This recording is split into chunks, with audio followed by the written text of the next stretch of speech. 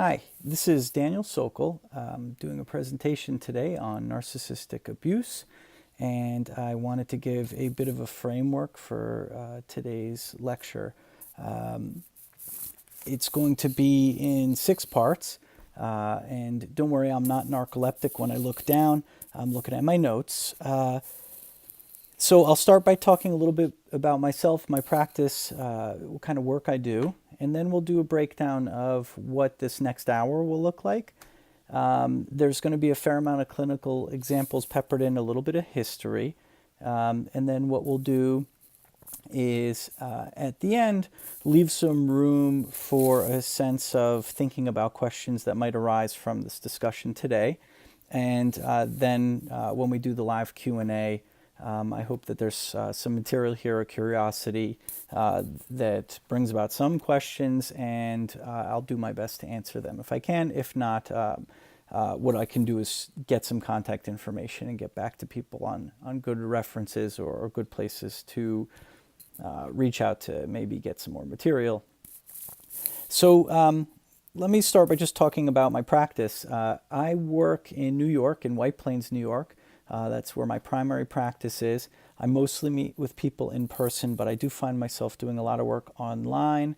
And a lot of my patients are a hybrid between online and in person. I work with mostly individuals, and I also work with couples. And I still see a few children, adolescent patients, but not as many as I used to see when I first started my career. So I'm an LCSW. I'm ABD, which is just all but dissertation. I'm in the midst of my dissertation right now. And my dissertation is basically on an offshoot of parentification. And parentification is kind of a niche of some narcissistic abuse that happens in a parenting situation. So the parts of today's talk are going to be this.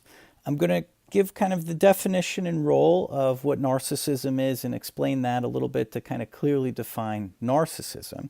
Then we're going to talk about narcissistic abuse, and it's a pretty broad and nuanced topic that is historically had a lot of different meanings, so we'll talk about that.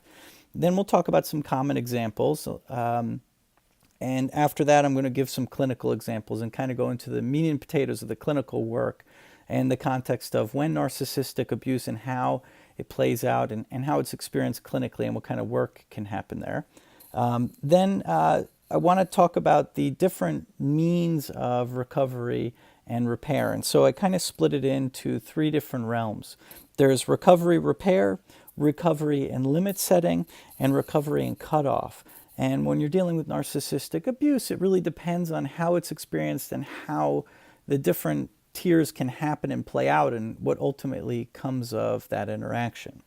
And then I want to finish with talking about the deeper work, which is rebuilding one's sense of self. The deeper work, the therapy, the connecting with people who have had similar experiences, and really talk about the context of how that works and how it's viewed clinically. So definition of the narcissist we're going to start with. Then we're going to talk about narcissistic abuse, some common examples and clinical examples, then what recovery looks like, and then a sense of the deeper work post-recovery in a sense, maintenance, if you will. So when I look down, I'm going to try and be as engaging as possible. I know it's a lot to cover in just a little bit of time, but if you have questions throughout or thoughts, please notate them as we go along, because I think it'll be really helpful for the Q&A if we have some kind of frame of reference tied to either quotes that stood out to you, things you were wondering if I could go a little deeper into, or things you inherently disagree with, because I am coming from a specific framework of thinking that theoretically is really grounded psychoanalytically. That's where my training is. And thinking about some of the really early formations of narcissistic identification and abuse and coming into present today. So what I want to start out with is just the DSM-5 definitive narcissistic personality definition. I think it gives us a good core of what is a narcissist? And so they describe it as a pervasive pattern of grandiosity in fantasy or behavior, the need for admiration, lack of empathy, and they say it begins in early adulthood and can present in a variety of contexts as indicated by 5 or more of the following. So there's 9 symptoms they list. The first one is the grandiose sense of self-importance, exaggerates achievements and talents, expects to be recognized as superior without commensurate achievements. 2 is preoccupied with fantasies of limited success, power, brilliance, beauty, or ideal love. 3, believes he or she is special and unique and can only be understood by or associate with other special people or high-status people or institutions. 4, requires excessive admiration. 5, has a sense of entitlement, unreasonable expectations of especially favorable treatment or automatic compliance with his or her expectations. 6, interpersonally exploitive, so takes advantage of others to achieve his or her own ends. Lacks empathy is number 7, is unwilling to recognize or identify with the feelings and needs of others. 8, often envious of others, believes that others are envious of him or her. And 9, shows arrogant, haughty behaviors or attitudes. So throughout this talk, I'll build on some of these. This is a very general. Now, the personality disorder is presumed to develop in early adulthood. I have seen a few child patients in my time and read a couple of case studies on children that were actually really presenting significant narcissism earlier than early adulthood. We're talking like 10, 11. And I struggled with one patient once a long time ago, wondering if it was really fair at the age of 12 to think about a child from that framework. And actually, once I kind of sat with that and did the work with the patient in defining how these things, these traits of narcissism impact the functioning that was really overwhelming to him, it really made a world of difference. And I'm not saying it's right or wrong clinically. That's a judgment thing, and also it was bound with some really deep and long-term supervision on this patient. But there is a lot of question about how it looks and how it arises. Now, when it's diagnosed is different, and this is going to be talking about more in line of the abuse tied to narcissism. So the root of the narcissistic kind of definition actually goes all the way back to Freud in 1914, in his case, The Wolfman, and he identified this patient as having a narcissistic blow due to an illness he had that didn't fit with his expectations that were of a more grandiose self. And so he really struggled, and Freud called it his neurosis was bound with and tied with this experience of having this flaw, this illness, this bodily flaw that then didn't align with his expectations of perfection and grandioseness, and that was a core aspect of what Freud believed, Sigmund Freud at the time believed was the core pathology of his patient. Now, interestingly, Wolfman has been very important to me in my thinking about parentification and narcissistic abuse. And I'll just kind of quickly say that there was an aspect in that same case in which he talks about his father being like his best friend. And in parentification, one of the core issues is that the role of parent gets lost, and the patient, the child, becomes a peer to the adult, and that causes all types of developmental difficulties, and it is an aspect of narcissism because the parent wants the child to serve a role that they're really not in a developmental process to be in, and that causes a whole hotbed of conflict. And we'll talk about that a little bit more later on. So that's narcissism and the definition. The next thing I want to discuss is narcissistic abuse. And we'll probably spend a little more time talking about how narcissistic abuse looks, what are the aspects of it. So I'm going to start with kind of a very basic, bullet-pointed aspect of defined traits of narcissistic abuse, and then I'm going to expand that into more nuanced things, because narcissistic abuse can often be a very subtly experienced thing, and it's not always as just definitive as someone destroying one's self-esteem or someone like taking their grandiosity to kind of squash or have someone complacent under them. there's a lot more bound within that. So these are the very kind of frank, straightforward, blunt traits of narcissistic abuse that you'll hear a lot in the context of domestic violence and interpersonal violence discussion. So verbal abuse. So verbal abuse is very broad. It can involve just straight out belittling, criticizing, name calling. Undermining is a more nuanced one, interrupting, blocking, or sarcasm, or using certain types of tone. Those can lead to a level of verbal abuse that then also it can relate to some emotional abuse. So manipulation is another trait. So we have verbal abuse, manipulation. Generally, manipulation is kind of the way one person influences another, and it could lead to social isolation or criticizing family members, or setting up a situation where one person's the breadwinner and the other person's kind of doing what they want, and making that person who's taking care of them feel guilty for that, and then really manipulating the situation to overwhelm them into thinking there's no right to have a discussion or interaction about that.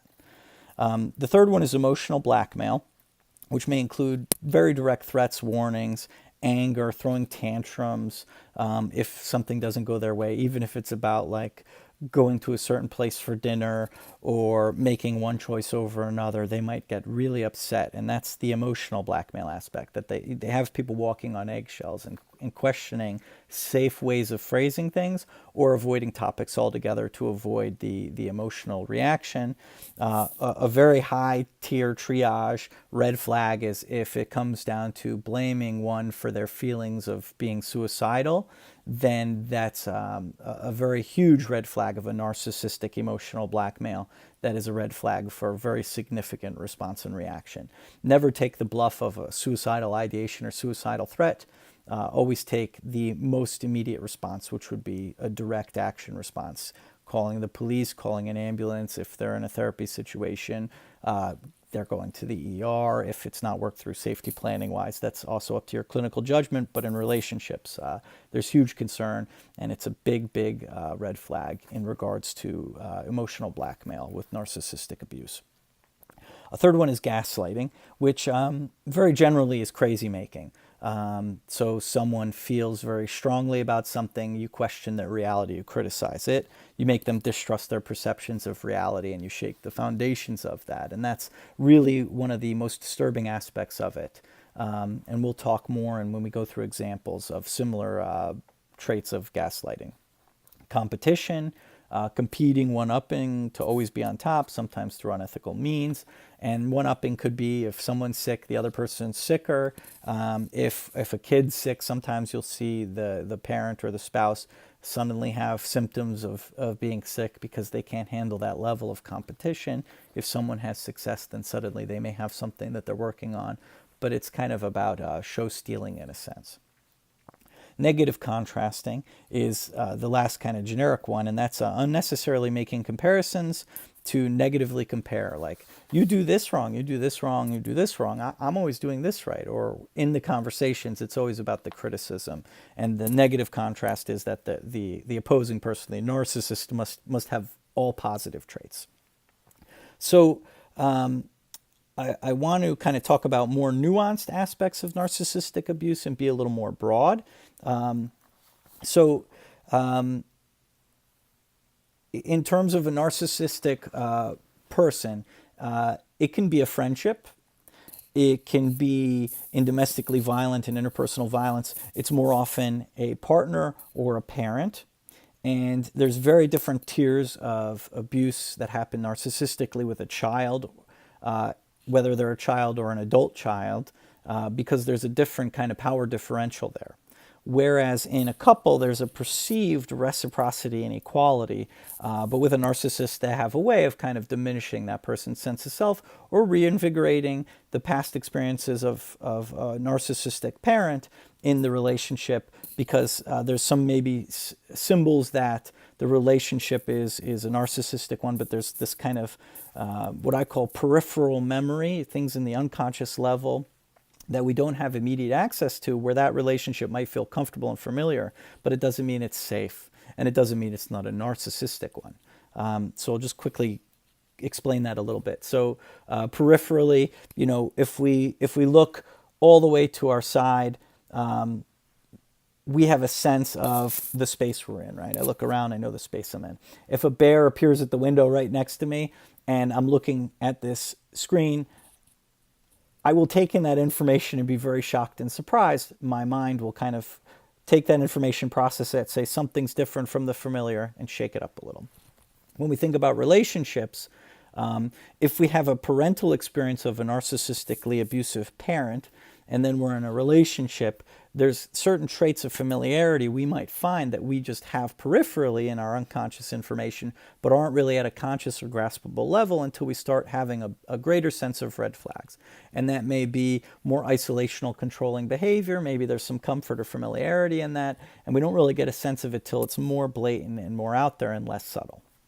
All right, so narcissistic abuse, I'll give some specific other definitions of it that relate to some of the core ones. So we have plays victim when you're upset, can't handle criticism, maybe react strongly when criticized, hurt and vengeful around decision making. So if the decision making is something that they didn't decide, they get hurt and then they can act vengeful or retaliatory, or maybe passive aggressive when you're, if it's about going out to eat, they want to go to a different place, but they kind of subside and go to the place you want. They might criticize it the whole time. They might drag their feet on getting ready. They might spend more time in the bathroom. They might spend more time getting themselves prepared. They might have a task come up that suddenly they didn't need to do till it was time to get moving. And then they might be really blatantly offensive at the meal. They might criticize it. They might say things taste bad, or what a bad decision, or we should have tried to do something that would have been more familiar and comfortable.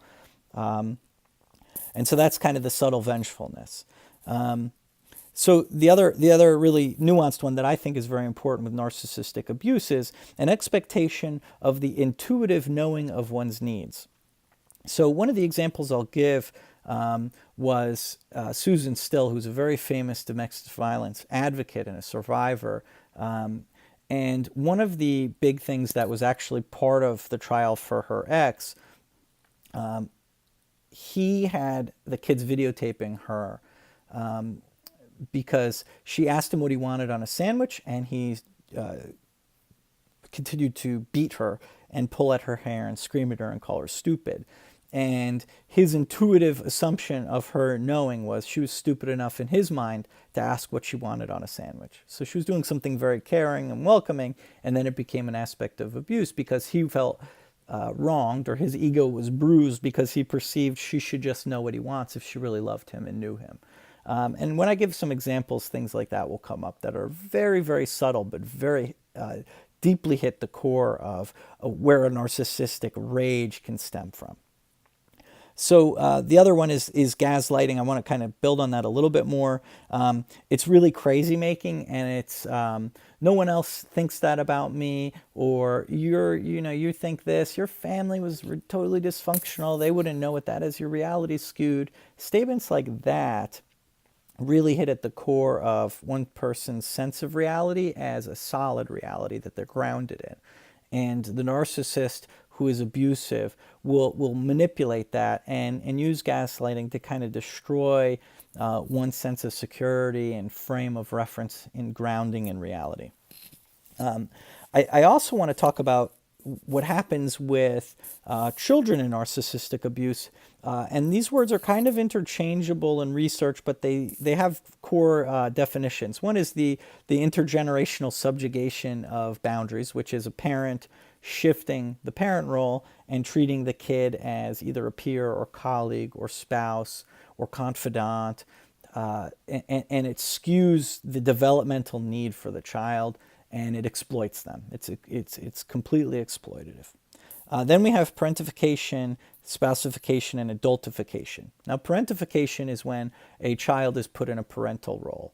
And in that parental role, their responsibilities, their expectations, their development is kind of on pause to fulfill these kind of existential needs. And what I mean by that is, if a parent puts a kid in a parentified role for younger kids, they feel a responsibility, and then they shift their developmental need of being the kid and wanting to play, and the responsibility then takes something away from their development. And this can happen naturally in families, and they could have a healthy development. But if it's tied to exploitation, that's the core of it. So spousification you see a lot in divorce and separation, where when there's a separation of parents, that one parent utilizes the kid and they kind of can triangulate a bit, and they complain and confide in one of the children, usually the older child of the same sex. It's usually the oldest same-sex child, but that's not always the case, but oftentimes the oldest, where they then become spousified. They're treated like the confidant of the parent, but they don't have a reciprocal kind of comeback. They can't kind of give it like they get it, in a sense. So like a patient I had this mother who would confide about her relationships and had very high expectations about her performance of duties in terms of care of younger children at home. And when this child would kind of be a little defiant, when a weird parental authority would come out, then it would shake the foundation and the parent would be really rageful at my patient. And adultification is similar. It's like making the child act like and perform roles of an adult. So I'm going to give some common examples, and then we'll go into some clinical examples. And pardon me, I'm going to have a sip of water too, because I am chatting up a storm here. So pardon me for a moment. All right, so I'm going to give 3 common examples, and I intentionally don't want to make this like a one-sex kind of experience, and I mean that it's not a neutral or solely one gender experience. It's totally broad and open to all, in the sense that everyone can have an interaction with a narcissist when we're talking about domestically violent families. There are plenty of parents that are mothers that are narcissistically abusive. There are plenty of narcissistic fathers that are narcissistically abusive, and vice versa in couples as well, both male and female, and all the other genders that come into play. So my first common example is there's an old film called Mommy Dearest. And there's a scene in Mommy Dearest that I think really hits to the core of parental narcissistic abuse being a good example. And so the daughter is with her husband at a family meal, and the mother is the abusive narcissist in this movie, thus the title, Mommy Dearest. And the daughter is excited to announce she's pregnant. And she announces she's pregnant at this big family meal. And the mother then proceeds to go into a rageful response that she's not ready to be a grandmother. This isn't fair to her. How dare she do this to her? And it sounds really absurd, right? But the core of it is that the mother was, throughout the child's development, expecting the child to be a complacent object, right? An object that functions subservient to the mother, whose mind is shared and functions for that mother. That's the key narcissistic perspective, in a sense. And so when that daughter had her own initiative, her own developmental trajectory, her own plan, this new partner, to expose that without the mother knowing and be able to prepare for that caused her to become rageful, because it brought up visions of the daughter's lack of attachment and lack of compliance, lack of being a complacent object, and complete and utter lack of being controlled by her. And it exposed the difference of her sense of self, that she was then going to be old, she'd be a grandmother, and she couldn't sit with that.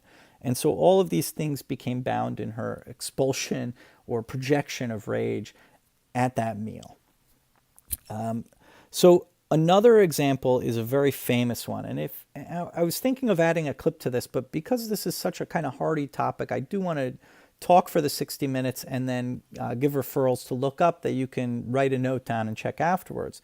But if you look up Susan Still, there's a ton of clips. There's a long Oprah clip. There's a 2020 clip of her experience with her abusive ex, who got one of the biggest sentences ever for his domestic violence, because he was probably on the cusp of almost killing her. He was definitively a narcissist, very likely a narcissistic sociopath, very capable of killing her as her lack of compliance increased. But what happened with him was he got a pretty significant sentence, because her boss recorded every time she came in with a mark. She never would admit to her boss that it came from her spouse, but the boss recorded it because she felt it was important. And each one of those became an act of violence that was part of what he was charged for. He also had the kids record her, and he would beat her and have them record it. And he thought it was making an example of her, or something she needed to see to believe how ridiculous she was, because his reality was skewed. That he really believed her lack of intuitive knowing, her non-compliance were the reasons in which he was being abusive towards her, that it was earned and that it was fair. And he felt that it was okay that the kids filmed it. And so there's a lot more to this case, and Susan still talks publicly, and it's quite powerful to see her speak. And years ago, the first time I saw her speak, I've seen her speak twice, I was on a panel when I was working for a domestic violence batterers intervention program.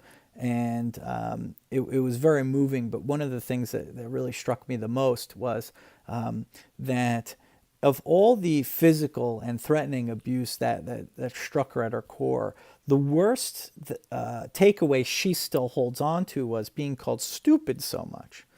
And being called stupid so much basically had her question the way she walked. It had her question what she wore, how she put on pants, every single kind of minute detail that we comfortably do in our lives. This was questioned. So her whole sense of self was made to feel incompetent or stupid. And that was his way of depleting her to a point where she felt that she needed him, and that without him, that there was a sense of nothingness.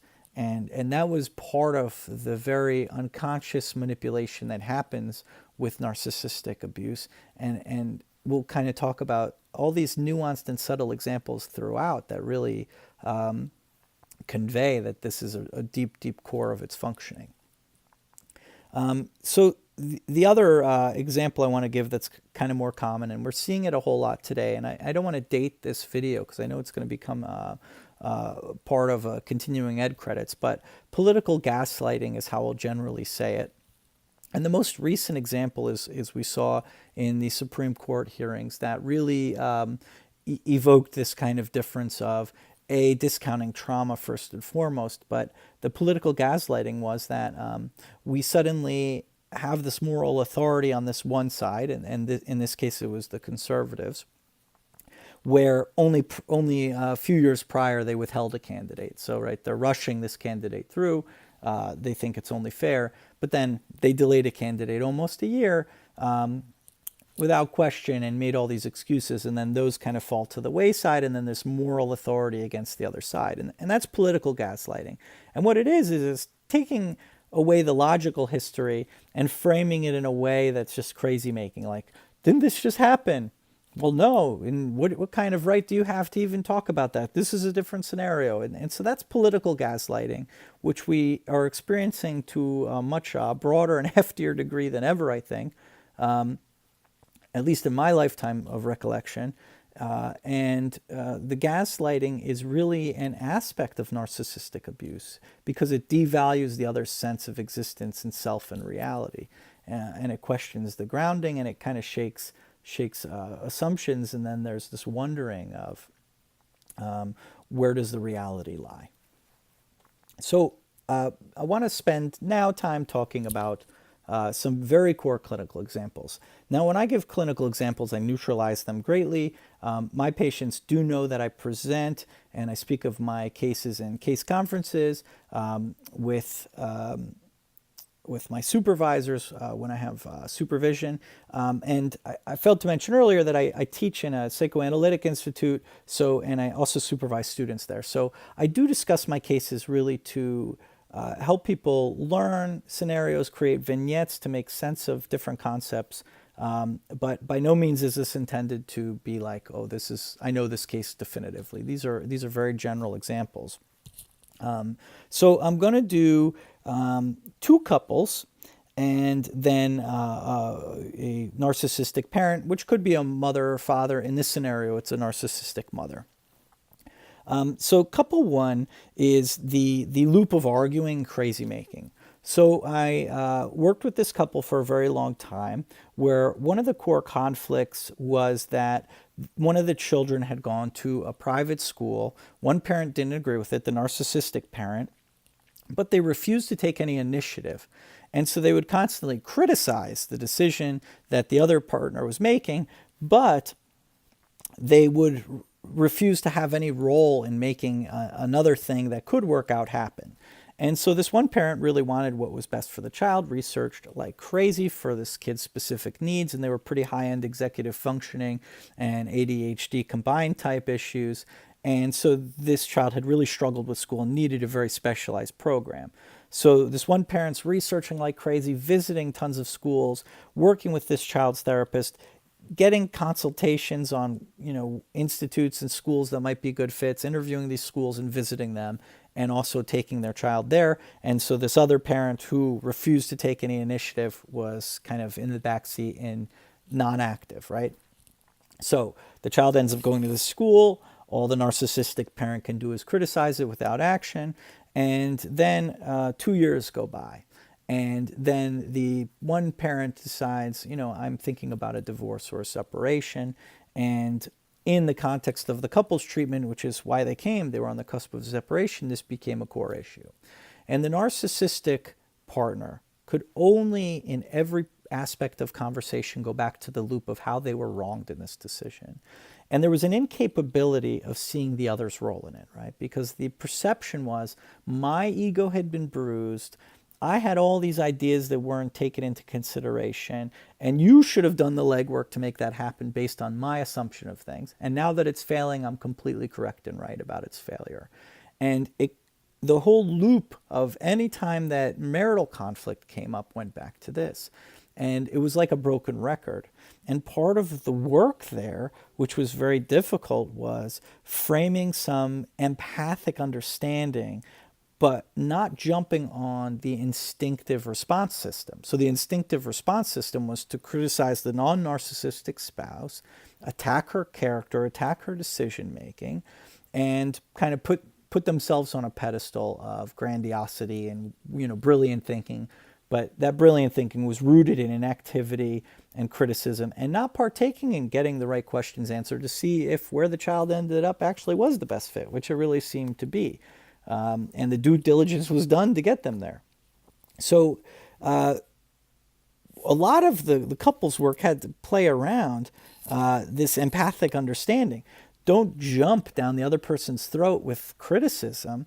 Have a sense of understanding them. And it was very difficult. And it was something that led to whether they decided or didn't decide, and I don't want to kind of give away the ending, on whether to stay together or not. Because some people choose to exist with the behaviors and maintain them, and others choose to leave the relationship and protect themselves. And there's no right or wrong answer there, but it's about what's survivable and what can be existing. I'm going to pause this for a moment and then come right back.